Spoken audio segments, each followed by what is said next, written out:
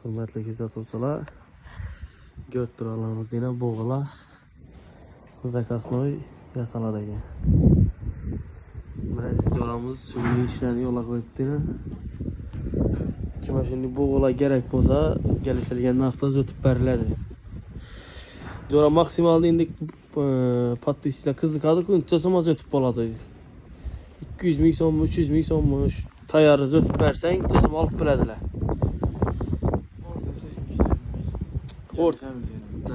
O'rtacha sana zakaz beradilar, 250 ming so'mni beradilar, sana shuni yasab berasan, to'g'rimi?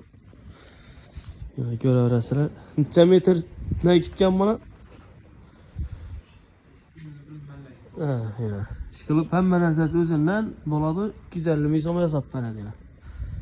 İşiklarınız eldində 2 dana züt trəsələrdən qoyasılar, şöyle çırayla olub yanıb durады. Görüb balarasılar, şimdi bu qola gerek burada olmasa ekran teyində telefon nömrələrini qoyamız, bemalal telefonu bağlanıb, sonra sürüşdürüb xarid qılaverasılar. Lakin zor gözlənəcəklər uzaqda.